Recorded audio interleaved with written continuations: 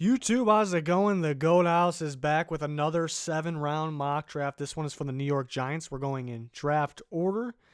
So we're going to get through all these teams eventually, but we're doing 7-round mocks for every team in order. We got the Giants here. They got a lot of picks. There's a lot of work here because they got so many picks, but they get a pretty good haul. So what I do here is I want to keep it realistic, but I also want it to be a grade A draft with some darn good fits for the teams. So yeah, we'll go through all this in just a second. I also have just the other day, I had a 2-round NFL mock draft updated and uploaded to the channel. There's a trade involved with that, so it actually affects the Giants a little bit. So this one is going to look a little different. Both very realistic, 2 different scenarios. So yeah, I wanted to keep them a little different, but realistic scenarios. So if you haven't seen that, check it out. And again, we're going through all these teams. Right before we get started, Twitter, Instagram, Patreon, links for those all in the description. We appreciate it very much if you check any of those out. Give us a follow on Twitter. Always talking on there. But first pick for the Giants, if they stay put, not doing any trades here, if they pick 6, Dwayne Haskins is who I believe, pretty much everybody believes, is their quarterback. Could be, somehow maybe some smoke got out there. But this is what I believe. Nobody hops over them to take them. If this is where they're at, this is where they're picking, maybe they can trade up. I wouldn't really trade up, for any of these quarterbacks in the draft. We expect Murray to be gone. But, I haven't really made up my mind yet if this is, the best pick for them, in my opinion. But because it's very realistic, I had to start with this, So I think this is very, very realistic if there's no trades. Dwayne Haskins does fit. He's got a lot of upside. I do worry about him against pressure, I love the way he throws on the run. That Northwestern game was just excellent. He's got a pretty good deep ball, nice touch on the ball. You see all these quarterbacks, they can really sling it far, but they can't really keep a tight spiral on it. Dwayne Haskins keeps a very tight spiral. I've noticed that many times downfield. So Haskins, the Giants, we'll start with that because it makes a lot of sense. It's what we're expecting for the most part if there's no crazy trades, which there probably will be, but it's very impossible to predict. Moving on to the Browns' first-round pick, which the Giants now have because of the OBJ trade. I went with Cody Ford, offensive lineman, Oklahoma. They would like pass rusher here, a pass rusher possibly. Could be receiver, but, they're going to run the ball a lot. They're not going to value the receiver super high probably there. They got Golden Tate. They have Sterling Shepard, Evan Ingram, he's a tight end, but it's, it's almost at times it's like he's a receiver. So they could go with that here, but the pass rush, I think, they would have to trade up here, which I don't know if they want to trade up twice because it's definitely a possibility with the first pick and with this pick. They'd have to trade up for the pass rusher because there's some very, very good ones at the top, but then it really cuts off. And Clelin Ferrell could be here. That's a guy that could be here. I don't know if he necessarily fits perfectly with the 3-4. I kind of view him as a 4-3 guy. So I think Brian Burns is gone. So Cody Ford, plug him in at right tackle. They got their right guard. They need a right tackle pretty badly, especially with Haskins. I worry about him under pressure. So in this situation, this scenario, you would have to grab Cody Ford here, who I think could start right away at right tackle. I'm seeing that they most likely are bringing in Mike Remmers. He struggled for the Vikings a lot. I think he's better at guard than tackle. So I think he could be just a depth guy, but or it could just be like a safety guy. Like we're going to have him at right tackle because we don't know what's going to happen in the draft. But Cody Ford's very good. Got to keep Haskins protected in this situation. We're going to the second round now. I got them taking Jerry Tillery early in the second round. Again, I need pass rushers, but again, there's a big gap, and especially for their specific defense, for their fit. There's a big gap, and there's still a gap. Could be Ja'Kai Polite if he's here, but, he interviewed pretty well with some teams. I know he interviewed with the Giants, so the only team he said that went well in the interviews was the Rams. So, and that's out of the teams he interviewed. He didn't interview yet with all the teams. I'm sure everyone will talk to him. So Jerry Tillery makes a lot of sense in their end spot in 3-4. They have B.J. Hill, and they have Tomlinson, and they got McIntosh, who I like, but he's more of a rotation guy. Tillery, plug-and-play guy, can make an impact right away for you. So maybe the best player available and a need. They have many needs, though, so it's kind of hard to figure out which ones they would go first. You kind of just have to go best player available out of those needs is what you have to do. Next pick, third round, Chase Winovich. So here they get their pass rusher, early third round guy.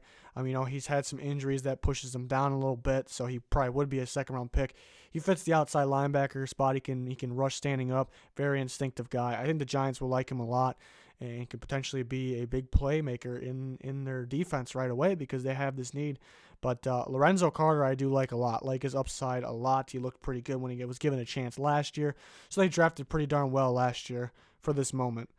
Moving on to the next pick, 4th round pick, Sean Bunting, corner from Central Michigan.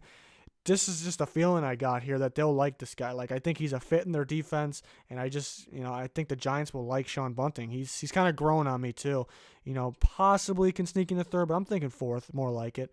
And the Giants have 2 4th-round picks. They have Beal, who they hope to step up. They got him in the supplement draft, and he actually came from the MAC as well.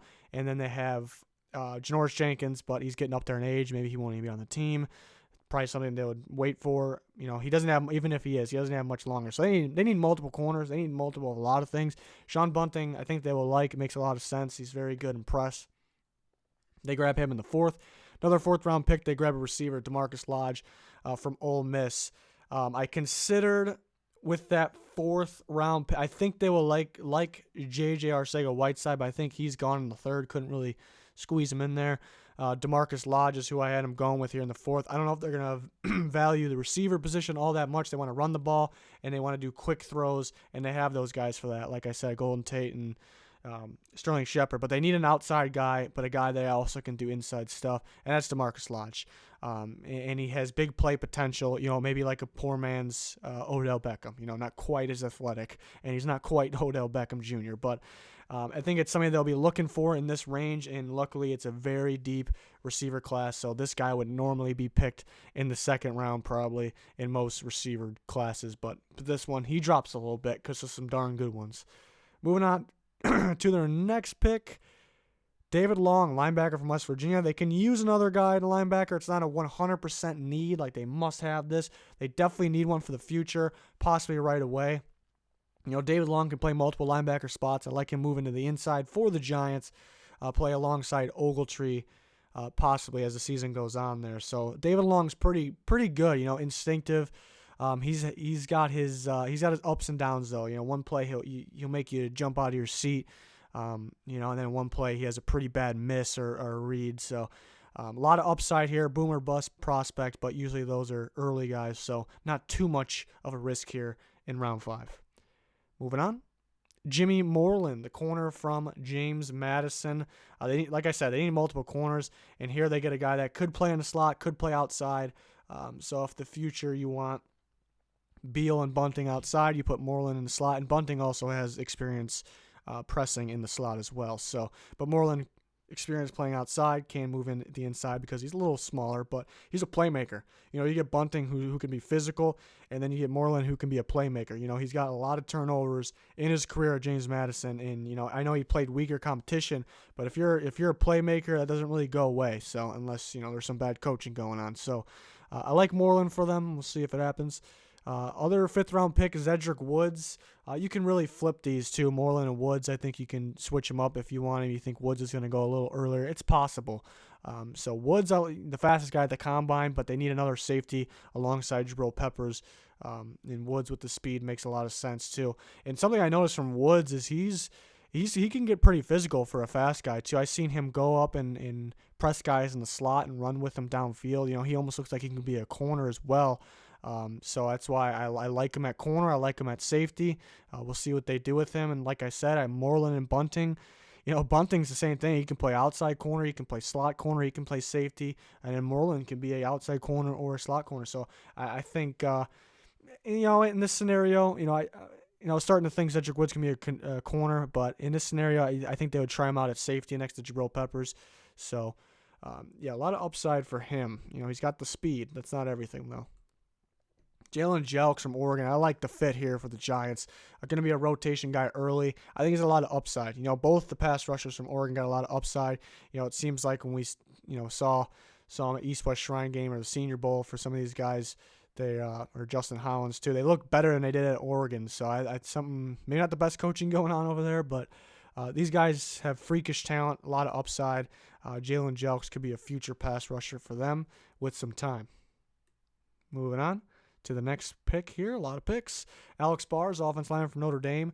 There's a pretty big gap of offensive linemen, and I think Alex Bars could be, honestly, he could go as high as round 5. I think 6 or 7 is realistic too. But because of that gap, because of there's going to be a big run on the top offensive lineman in the first 4 rounds, I think teams will fill that need by then, and the teams that need the lineman the most will kind of be done, and they'll be taking risk on some other position players that have upside. So I think there's going to be a gap of linemen. I think that some good ones like Bars are going to get pushed down. That's just a prediction I have. So I think he's better than a 7th round talent, but I think it's realistic that he's there. And at this point, he's going to be depth at the guard position that can start in the future. With them, grabbing Cody Ford in this, he plays right tackle. They'll have Remmers for some depth, and the Wheeler gets pushed back, so he'll be some depth. So that's all they need at this point, in this scenario. And then the last pick, I had him taking Ricky Walker, defensive lineman from Virginia Tech. He's put on some size over the last few years, so he's able to move inside on the D line a little bit. Giants can put him at nose tackle or on the end spot, either one. So it's just much needed depth there. But he's got some upside since, he's been moving around spots. You've seen him a couple years ago, seen him standing up, towards the end there. So he's got some upside, just needs to be worked with a little bit so he can be a solid 7th round pick. And they got quite a haul here. They have the ammo to trade. I expect them to trade. They have the ammo to get their quarterback if they want. There's rumors they want Daniel Jones. If it was up to me, I wouldn't take Daniel Jones in the first, but we'll see what they do. See what they do here. Very interesting, even though maybe some Giants fans are down about the Odell trade and the position of the organization. This is going to be a fun draft. With all these picks, it's going to be an exciting, fun draft. I'd be pumped. I'm okay with the Odell. I'm not a Giants fan, but I'm okay with that Odell trade. I think, they weren't really getting anywhere with him. He was kind of a problem for them. And they get Jabril Peppers in a first rounder out of it. The Browns win the deal, but it's something the Giants, I don't want to say needed to do, but it's pretty solid. It could definitely work out. It's not the worst thing, that's for sure. That's going to do it, though. We got plenty more of these to get through over the next few weeks. Got regular mock drafts. A recent one came up the other day, and we have free agency coverage. We're going to start, once it starts to die down, we're going to do our winners and losers of free agency, recapping all of it. So we got a lot to do here. Subscribe if you haven't quite yet. 20K is our goal. Clicking the like button, notification button, much appreciated as well. That's going to do it for this one, though. Thanks for everyone's support. Thanks for watching. Goodbye.